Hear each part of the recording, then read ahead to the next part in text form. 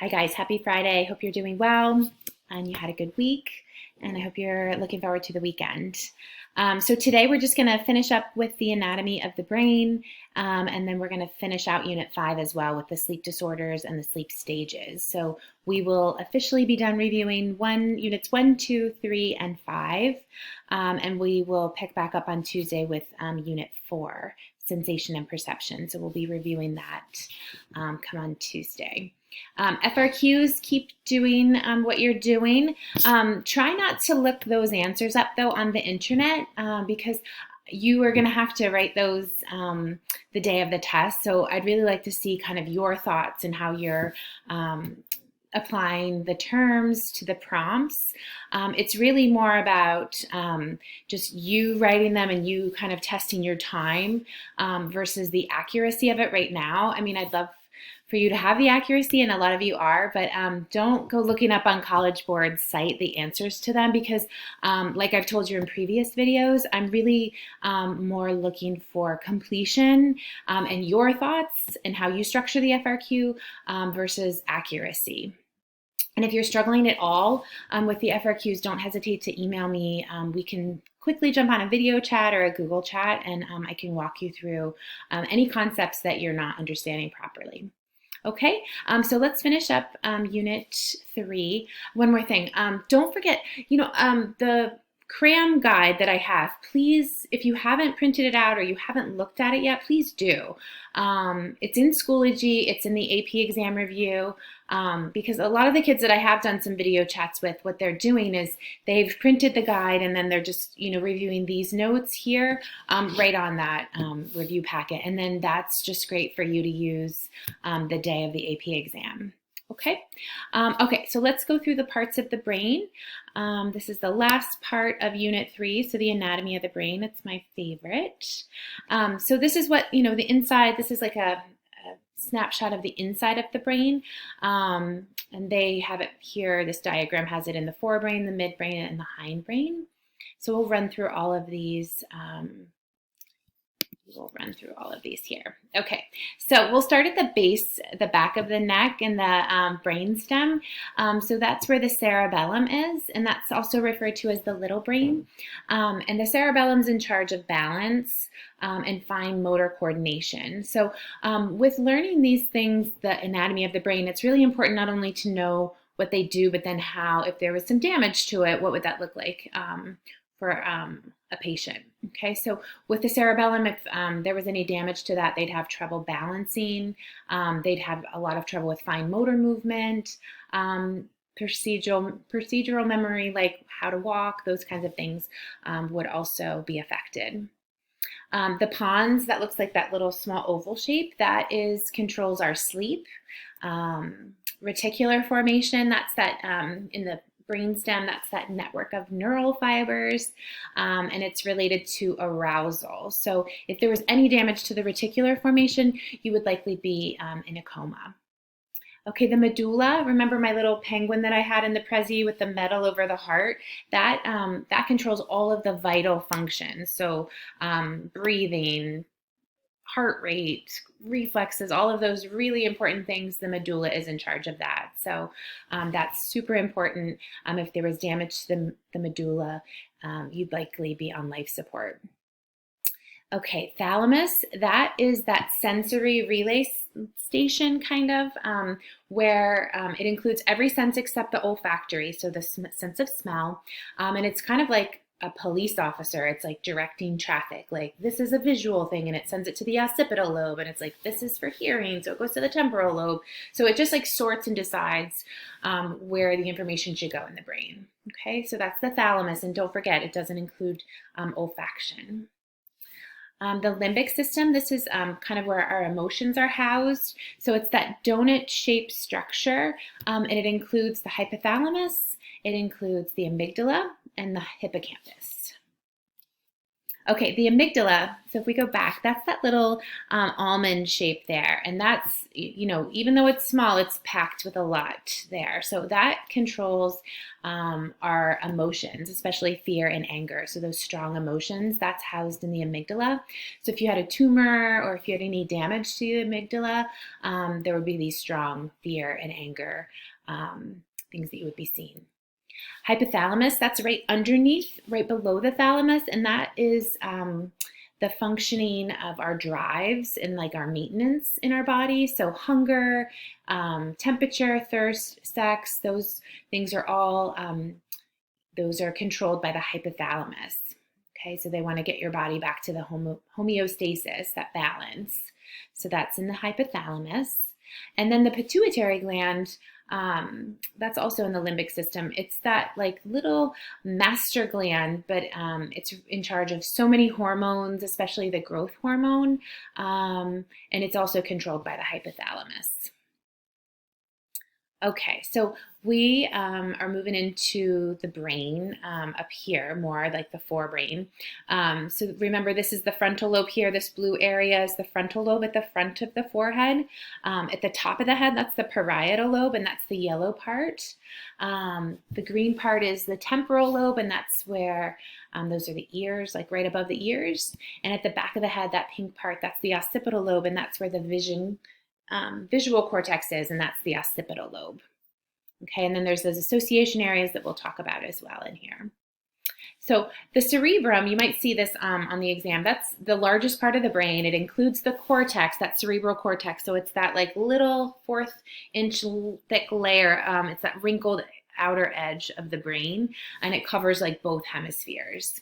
Okay, and it's like higher level thinking with that. But the cerebrum, it includes that cortex, but it also includes the two hemispheres, which also include the four lobes. And then the corpus callosum, so that's that like network of fibers that connects the two hemispheres. So it talks to the two hemispheres. And remember, we saw with epileptic patients, really severe epileptic patients, they sometimes you'd sever that corpus callosum in order to get some relief from those seizures. Okay, frontal lobe, that's higher level thought, thinking, decision making. And again, it's at the front of the head, so think front door, decision, should I go in? Parietal lobe, that's on the top of the head, so that processes all our sensory information. Occipital lobe, vision processing, and it's at the back of the head, so think eyes in the back of your head. And then the temporal lobe, that's above the ear. So think like headphones, hearing, it's the auditory cortex. And then the motor cortex and the sensory cortex, remember when we did our little brain keychain, we drew those lines for the motor cortex and the sensory cortex. So the motor cortex is right at the base of the frontal lobe, and that controls all of our movement. Okay, and then the sensory cortex, that controls our pain and perception. So that's at the top of the parietal lobe. All right, and then we have these association areas that are important, and those are in the left hemisphere, and that's the Broca's area. So that's in the left hemisphere. It's an association area, and that it affects speech production. So Broca, so speech production. And then Wernicke's area, that is also in the left hemisphere, and that's responsible for our speech and language composition, or comprehension, excuse me. So think left side of the brain, language. So Broca is speech production. Wernicke's area is language comprehension. Okay, so neuroplasticity, the brain is amazing. And remember the video that we watched on little Jody, who had all those seizures when she was like 2 or 3 years old, and they ended up taking out the majority of the right hemisphere. This is a look at her brain. So you can see where almost the whole entire right hemisphere is taken out. But we saw from that video that she lived a really happy, healthy life after that portion of the brain was removed. And it's because our brain is amazing, and it's got this great neuroplasticity, which is that ability for the brain to kind of modify itself in response to experience, like strengthen it through use, or repair after damage, like Jody's case here. And remember, she had the right side. Thankfully, it was in the right hemisphere, so it didn't affect any of her language. But the right hemisphere, remember, controls the left side of her body. So the right side of the brain controls the opposite side of the body. So that's sometimes important to know. Okay, so sleeping. So the circadian rhythm. So what we have to know here is just sleep cycles, sleep disorders. So we'll start with that circadian rhythm, and that's the 24-hour biological clock. So it's that like sleep-wake cycle that our bodies naturally go through. And it involves hormones, especially melatonin. So at night when it gets, dark out, like our body starts to produce the natural melatonin that we have, and it just tells our body that it's time to go to bed. So the blood pressure slows a little, our internal temperature goes down, and that gets ready for our sleep cycle. Okay, and the sleep cycle is approximately 90 minutes, and it's this repeating pattern of NREM and REM stages that occur during sleep. And each sleep stage has a distinct activity, like brainwave activity that's involved in it. NREM is that non-rapid eye movement, and that's where dreams are less common, and it includes stages 1, 2, and 3. And then REM, that's that cool stage where there's like the rapid eye movement, and it's usually where most dreams will occur. And then on an EEG, it'll show that there's a lot of brain activity in that REM stage, and that's why they call it like paradoxical sleep, because even though we're asleep, our brain is like really going and activated. Okay, the EEG, this is what, if we had an EEG, and remember, those are the electrodes that are over our head and they're attached to the scalp.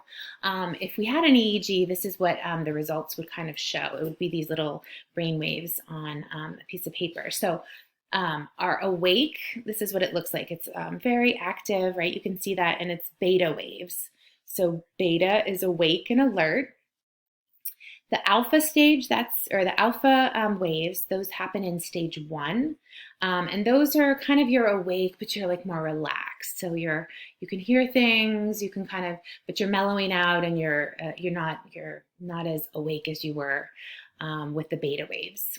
In stage 2, that's when the theta waves happen, and those are a little bit more regular, but they're a little slower, and it's like late sleep. And this stage 2, remember, sleep spindles are in stage 2, and those are those little bursts of activity in the brain. The delta waves, those are those big rolling waves, and that's where you're in the deepest stage of sleep. And then REM, you're back to kind of looking like you're awake, because that's when it looks like it's like beta-like, okay? And that's what those look like. All right. The 90-minute sleep cycle, this is kind of what it looks like here. You go, you're in a cycle every 90 minutes. So you start out here, you're only in this awake cycle the first time. So usually it's stages 2, 3, jump back up to 2, and then you're in REM. So it's about 90 minutes for each of these cycles. Okay, so in that stage 1, which is up here, that's called, that's where these hypnagogic sensations happen. So that feeling that like you're falling and then you wake up really quick, that's a hypnagogic sensation. So that sometimes will happen here. Stage 2, this NREM, we know that's where the sleep spindles happen. Stage 3, that's the deepest sleep that we're in, and that's sometimes where a lot of the dreams, night terrors, sleepwalking, sleep talking, those kinds of things happen in there. And then REM. Sleep disorders. So we've talked about all of these before. So this is just a review. Insomnia is that ongoing difficulty to fall asleep or stay asleep. It's the most common of the sleep disorders. Sleep apnea, that was where we watched that video about Shaq. That's where you kind of stop breathing repeatedly while sleeping. And if you have that, sometimes you have to wear like a little tube that helps you breathe and helps you kind of wake back up. Narcolepsy, that's that sudden overwhelming sleepiness. We watched Skeeter, the narcoleptic dog, remember, where he would just fall asleep anywhere, and it was normally when he was getting kind of excited. And then there's night terrors, and those people appear terrified. They might be speaking nonsense. They're, sitting up in the middle of the night, walking around, and usually these happen in stage 3, and they're a little different than nightmares. And don't forget, remember, anytime to have a disorder, you have to have this. It has to really interfere with daily functioning in order to become a real disorder. Okay, so we finished Unit 3, we finished Unit 5. We will start Unit 4 on Tuesday.